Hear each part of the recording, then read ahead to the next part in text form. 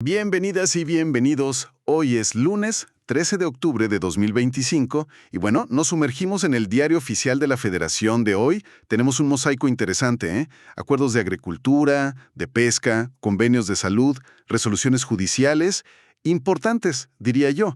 También temas de contratación gubernamental y hasta el seguimiento a una elección, pues que dio mucho de qué hablar. La misión de hoy, desentrañar los puntos clave, las implicaciones y chance alguna sorpresa escondida en estos textos. Vamos a desglosarlo bien. Exacto, vamos a analizar desde, fíjate, nuevas zonas libres de plagas para nuestro aguacate hasta decisiones de la Suprema Corte sobre leyes electorales. Y también las complejidades, ¿no?, de estas primeras elecciones para el Poder Judicial. Veremos cómo todo esto afecta, pues, desde el campo hasta los tribunales. Perfecto. Empecemos con algo muy mexicano, el aguacate. Hay noticias importantes sobre plagas, ¿eh? Barrenadores del hueso. Se declaran nuevas zonas libres en Sonora, Jalisco, Colima. Mencionan plagas específicas. A ver, Haileypus lauri y Stenoma catenífer. Ajá, los barrenadores. Pero aguas. Se cancela la declaración para 2 municipios de Jalisco que ya la tenían desde 2023. Ahuelulco de Mercado y San Juanito de Escobedo. Sí, esto es vital para los productores, ¿no? Sobre todo pensando en la exportación. Conseguir y, sobre todo, mantener ese estatus de zona libre depende de cumplir normas técnicas muy estrictas. Las NOM 066 y las 069. Implican vigilancia constante, muestreos, control de cómo se mueve la fruta. O sea, no es cualquier cosa. Entiendo. Y esta cancelación en Jalisco pues sugiere justo eso, ¿no? O detectaron la plaga de nuevo o simple y sencillamente no se cumplieron las medidas. El nivel de detalle es impresionante. Definen las zonas con coordenadas geográficas precisas. Por ejemplo, en Miahuatlán, en el Estado de México. Estas declaratorias normalmente duran 24 meses. Pero, ojo, siempre están sujetas a que se verifique que todo sigue en orden. Claro, no es un cheque en blanco. Y bueno, del oro verde, el aguacate, nos vamos al mar. Ahora en Sonora, se establece una talla mínima de captura para la medusa bola de cañón azul. A ver, 110 milímetros de diámetro de campana. Esto frente a Guaymas, Empalme y San Ignacio Río Muerto. Pero, ¿por qué regular el tamaño de una medusa? Suena curioso. Fíjate que sí suena peculiar, pero tiene su lógica. Es económica y ecológica. La medusa bola de cañón es un recurso pesquero valioso. Se exporta mucho, principalmente. Ah, mira. O sea, permitir que los organismos se reproduzcan antes de que los capturen. Todo esto, claro, tiene un respaldo legal. La Ley General de Pesca y Acuacultura Sustentables. Y su vigencia, pues, dependerá de lo que diga el Instituto Nacional de Pesca, el INAPESCA, con sus estudios técnicos. Ok. Es un buen ejemplo, creo, de cómo la regulación busca equilibrar, pues, el aprovechamiento económico con la conservación. Y ahí vigilan CONAPESCA y la Marina. Interesante balance. Ahora, cambiemos de tema. Vayamos a la relación entre las empresas y el gobierno. Vemos 2 circulares de los órganos internos de control, los OICs, que llaman la atención. Primero, una informa que se anuló una sanción contra una empresa, Total Pharma SADCB. Esto por una decisión judicial, en un caso relacionado con el IMSS. Simplemente acatando una sentencia, una sala regional del Tribunal Federal de Justicia Administrativa declaró la nulidad total de la sanción que habían impuesto. Esto nos muestra, pues, el mecanismo de revisión judicial, ¿no? Cómo las decisiones administrativas pueden ser revisadas y, en este caso, revertidas por un tribunal. Claro, el sistema de contrapesos funcionando. Y en contraste total, ¿no? Otra circular. Esta es del OIC del Aeropuerto Internacional Felipe Ángeles, el AIFA. Y este instruye a todas las dependencias, federales, estatales y municipales, a no contratar a Construcción, Ecología y Medio Ambiente SADCB, ni a su representante legal. Y además, dice que la inhabilitación sigue si no pagan una multa. Exacto. Esta es la otra cara de la moneda. Aquí sí es una sanción administrativa firme, basada en la ley de adquisiciones. Es un mecanismo de control para buscar la integridad en la contratación pública. Todo vinculado a la Secretaría Anticorrupción y Buen Gobierno. Y la circular es muy clara, nada de contratos hasta que paguen la multa. Es una medida coercitiva pues bastante fuerte, ¿no? Muestra el rigor que se busca. Vaya que sí. Bueno, pasemos al sector salud. Hay un convenio importante entre COFEPRIS y el gobierno de Chihuahua. Implica una transferencia federal de más de 4.300.000 pesos, una cantidad considerable. El propósito es muy variado, ¿eh? Desde atender emergencias sanitarias, vigilar la resistencia a los antibióticos, hasta supervisar clínicas de estética y, fíjate, informar a alfareros sobre riesgos por plomo. Sí, es un abanico amplio. Este tipo de convenio refleja bien cómo funciona la colaboración entre la Federación y los estados en salud pública. COFEPRIS, que es un órgano desconcentrado de la Secretaría de Salud, pues marca la línea nacional, pero la chamba en el terreno requiere esta coordinación. Claro. El acuerdo detalla muy bien las responsabilidades financieras, cómo se transfiere el dinero, la obligación de rendir cuentas con los FDI, estados de cuenta específicos, y también define las tareas operativas. Los anexos son, híjole, muy detallados. Especifican hasta los insumos que se van a comprar, desde reactivos de laboratorio súper técnicos como infusión deshidratada de cerebro de becerro, ¡Órale! o reactivos para E. coli, MUG, BCI, hasta equipo de cómputo y papelería, ¿eh? Vaya nivel de detalle. Se nota que es un plan de trabajo muy, muy estructurado.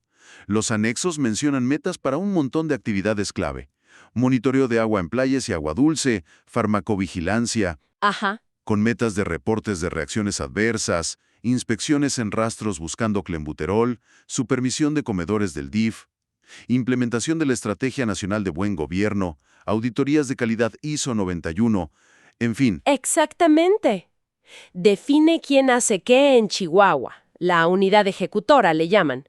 Cómo se maneja la información confidencial, la vigencia, que es hasta fin de 2025, y hasta cómo resolver controversias.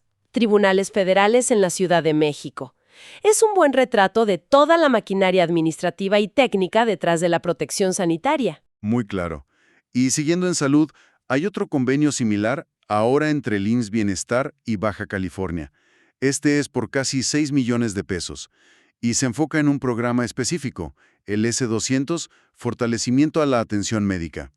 El objetivo central parece ser, pues, dar servicios de salud gratuitos a la gente que no tiene seguridad social, ¿correcto? Justo ese es el enfoque del IMSS Bienestar, esa población vulnerable. El convenio opera de forma parecida al otro, fondos federales que se transfieren a través de la Secretaría de Hacienda Estatal y luego a los servicios de salud del Estado. Pero un punto clave aquí es que IMSS Bienestar apoya directamente en la contratación de personal. Ah, mira. Sí, médicos generales, enfermeras, personal de odontología, promotores de salud, para formar las brigadas que van a dar estos servicios. Y revisando los detalles, veo requisitos muy específicos para contratar a este personal, ¿eh? Ser mexicano, salvo excepciones, tener RFC, CURP, cédula profesional, no estar inhabilitado, no tener otro empleo público. Lo usual, quizás. Ujú. Pero hay algo que me llamó mucho la atención. Se prohíbe explícitamente pedir pruebas de embarazo o de VIH-Sida como requisito para contratar a las mujeres candidatas. Sí, eso es fundamental. Importantísimo. Refleja un compromiso claro con los derechos laborales y la no discriminación. Está alineado con normas nacionales e internacionales. Es un punto muy, muy relevante. Totalmente de acuerdo. Y bueno, igual que el convenio de COFEPRIS, este también viene cargado de anexos. Detallan cómo se distribuye el gasto, los indicadores de desempeño trimestrales, que son súper concretos, ¿eh? Van desde control nutricional, detección de cáncer cervicouterino, atención prenatal, hasta cobertura de vacunación. Y también formatos estandarizados para los informes financieros. Es un programa con metas medibles y un seguimiento que se ve riguroso, también vigente hasta el 31 de diciembre de 2025. Ok, programas muy armados entonces. Ahora, demos un giro fuerte, hacia el Poder Judicial. Tenemos una resolución relevante de la Suprema Corte de Justicia. Es sobre la Ley Electoral de Coahuila, la acción de inconstitucionalidad 202-2023. Un partido político impugnó varias reformas recientes. Argumentaban desde vicios en el proceso legislativo, que fue muy rápido, hasta problemas de fondo con las reglas mismas. ¿Qué resolvió la Corte? Fue una sentencia bastante densa, ¿eh? Primero, sobre el proceso legislativo, la parte formal. La Corte lo validó, reconoció que sí, fue rápido. Hablan de pocos días entre que se presentaron las iniciativas y se aprobaron en comisiones y en el Pleno. Pero la conclusión fue que se cumplieron los pasos formales que exigen las leyes del Congreso local. El argumento central, digamos, fue que la rapidez por sí sola no viola la deliberación democrática si se respetan las formalidades del proceso. Entendido.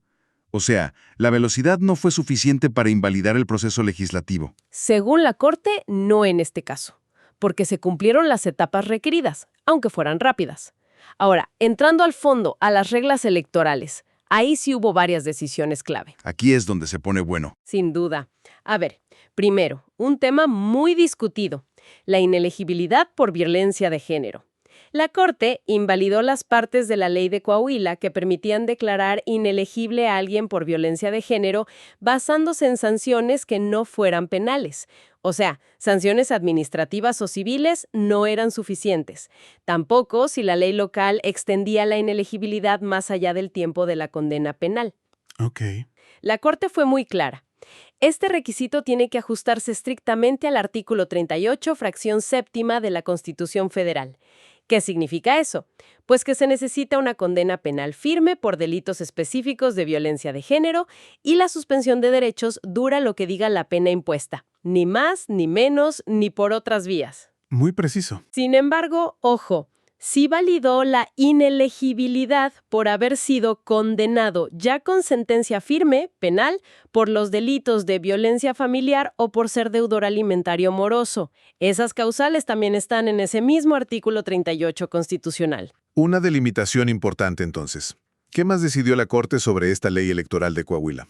Bueno, respecto a la paridad de género, validó las medidas que buscaban asegurar la paridad en el Congreso local. Por ejemplo, los ajustes por subrepresentación o la alternancia en las listas. Las consideró acciones afirmativas válidas, pero, fíjate, consideró irrazonable un plazo de solo 24 horas que le daban a los partidos para corregir si no cumplían con la paridad. Eso lo invalidó por ser muy poco tiempo. Tiene sentido. 24 horas es nada. Exacto. Y en cuanto a los ayuntamientos, la Corte reafirmó la libertad de los estados para diseñar sus propios mecanismos para lograr la paridad, como los bloques poblacionales que usan en Coahuila, siempre que garanticen efectivamente la paridad. No les impuso un modelo único. ¿Y en temas como coaliciones o reelección, hubo algo ahí? Sí, sobre coaliciones invalidó unas normas locales que decían cómo debían aparecer en las boletas electorales. La Corte reiteró que eso es materia exclusiva de la legislación federal, específicamente de la Ley General de Partidos Políticos. O sea, Coahuila no podía meterse a regular eso. Ok, completicia federal. Y en cuanto a la reelección de diputados, también invalidó unas restricciones adicionales que la ley local ponía y que no están en la Constitución Federal. La Constitución marca el límite. Entendido. ¿Algún otro punto relevante de esta sentencia tan larga? Porque veo que tocaron muchos temas. Sí, varios más, pero rápido. Validó la sanción de pérdida de candidaturas si se rebasan los topes de gastos de campaña, aunque la resolución esté impugnada. Validó las reglas sobre cómo se integran los ayuntamientos numéricamente. Validó el mecanismo para nombrar magistrados electorales interinos y el voto de calidad del presidente del Tribunal Electoral local. Y finalmente, invalidó parcialmente una norma sobre calumnia.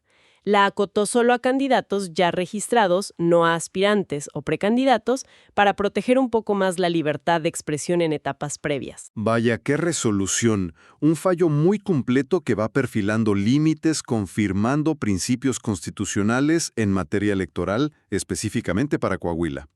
Y bueno, cerramos con otro asunto judicial de mucho impacto, ¿no? Las secuelas de la primera elección popular de jueces y magistrados federales de 2025, el famoso PEPJF 2024-2025.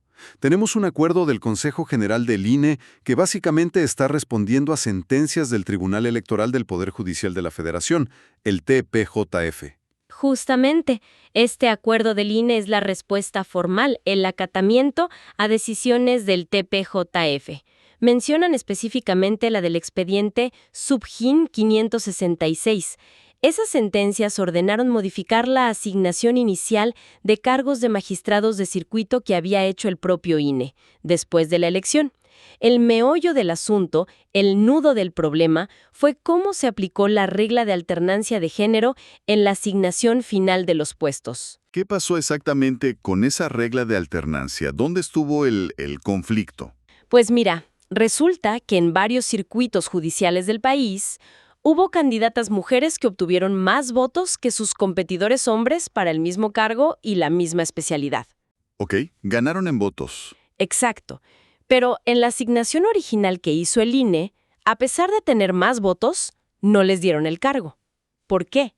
Porque la regla de alternancia indicaba que para cumplir la paridad de forma mecánica en esa posición específica, el cargo debe asignarse al género opuesto, o sea, al hombre que había tenido menos votos. Híjole. Sí, entonces el TPJF intervino. Consideró que esa aplicación literal de la alternancia que terminaba ignorando la voluntad popular expresada en votos era incorrecta. Argumentó que la paridad busca igualdad de oportunidades, sí, pero no puede llevar al extremo de desconocer el triunfo legítimo de una mujer que obtuvo más votos.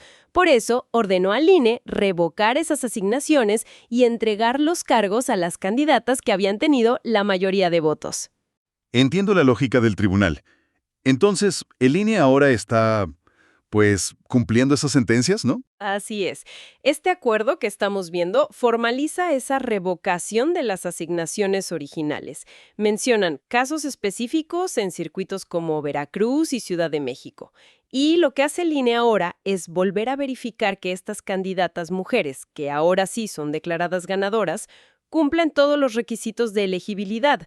Mencionan los del artículo 97 constitucional, ciudadanía, título, experiencia, etc., y también la famosa verificación 8 de 8, contra violencia de género, deudas alimentarias y demás. Claro, el filtro completo. Exacto. Y una vez verificado todo, pues procederán a entregarle sus constancias de mayoría. Hay un dato adicional interesante que se menciona en los considerandos del acuerdo del INE. Como contexto, dicen que durante el cómputo nacional de esa elección judicial tuvieron que descontar, fíjate, alrededor de 3.2 millones de votos inviables. 3.2 millones. Es muchísimo. ¿Qué eran esos votos? Pues provenían de casillas donde se detectaron irregularidades graves.